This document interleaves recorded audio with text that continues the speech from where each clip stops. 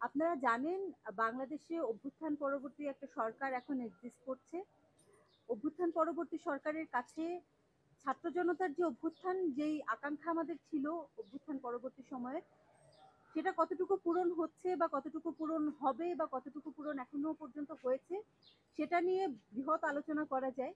যেহেতু আমরা একটা ছাত্র সংগঠন, আমাদের সব থেকে বড় ফোকাসটা আসলে শিক্ষা খাতে কতটুকু এই সরকার অবদান রাখছে, সেটার উপরে বেশি ফোকাস আমরা রাখতে চাচ্ছি। আমরা দেখেছি যে এই গতদিনই একটা বাজেটের প্রস্তাবনা এসেছে, যেই প্রস্তাবনার ভিতরে শিক্ষা খাতের যে বাজেট, সেই বাজেট বিগত বছরগুলোর তুলনায় একটুখানি বৃদ্ধি পেলেও যতটুকু আশা আমরা করেছিলাম অভ্যুত্থান পরবর্তী একটা সরকারের কাছে, ততটুকু আমাদের আশা পূরণ হয় নাই। আমরা ভেবেছিলাম অভ্যুত্থান পরবর্তী সরকার, যেহেতু একটা ছাত্র জনতার অভ্যুত্থান এবং অভ্যুত্থানটা শুরু করেছে ছাত্ররা, শিক্ষা খাতের গুরুত্বটা, শিক্ষা খাতের যে উন্নয়ন, শিক্ষা খাতের যে বাজেট বৃদ্ধি করা, শিক্ষা খাতে এবং গবেষণা খাতে একই সাথে যে বাজেট বৃদ্ধি করার কথা আমরা ভেবেছিলাম বা বাজেট বরাদ্দের কথা আমরা ভেবেছিলাম, সেটা আসলে আনফরচুনেটলি আমরা পাই নাই। আমাদের প্রতিফলন দেখতে পাচ্ছি না কোনোভাবেই। আমাদের মনে হয়েছে একটা গতানুগতিক একটা বাজেটের মতো হয়েছে, যে বাজেটে আসলে ছাত্রদের জন্য আলাদা করে কোনো চিন্তা ভাবনা করা হয় নাই।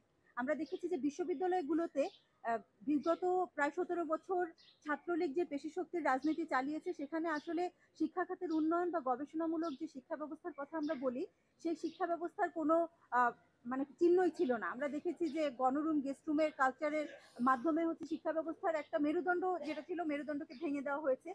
আমরা দেখেছি গবেষণার জন্য বিশ্ববিদ্যালয়ের কাছে বাজেট নাই। বাজেট চাইলেও বিশ্ববিদ্যালয় প্রশাসন খুব বেশি সদয় না বাজেট দেওয়ার ক্ষেত্রে। যারা গবেষণা করতে চায়, বেশিরভাগ দেখা যায় বাংলাদেশের যারা এখানে পাবলিক বিশ্ববিদ্যালয়গুলোতে বিশেষ করে পড়তে আসে, তাদের আর্থসামাজিক প্রেক্ষাপট বিবেচনা যদি করেন, তাহলে দেখা যায় যে নিম্নবিত্ত বা মধ্যবিত্ত পরিবার থেকে তারা বিলং করে। তো আলাদা করে যদি গবেষণার বাজেট তাদেরকে দেওয়া না হয়, যদি গবেষণার জন্য তাদেরকে ফ্যাসিলিটেট করা না হয়, তাহলে মনে হয় না আসলে একটা শিক্ষিত জাতি গড়া কখনো সম্ভব। একটা শিক্ষিত জাতি গড়ার জন্য প্রথমে বিশ্ববিদ্যালয়গুলোকে মানসম্মত বানাতে হবে এবং গবেষণা ভিত্তিক যে শিক্ষা ব্যবস্থার কথা আমরা বলি, সেই গবেষণার বাজেট বৃদ্ধি করতে হবে।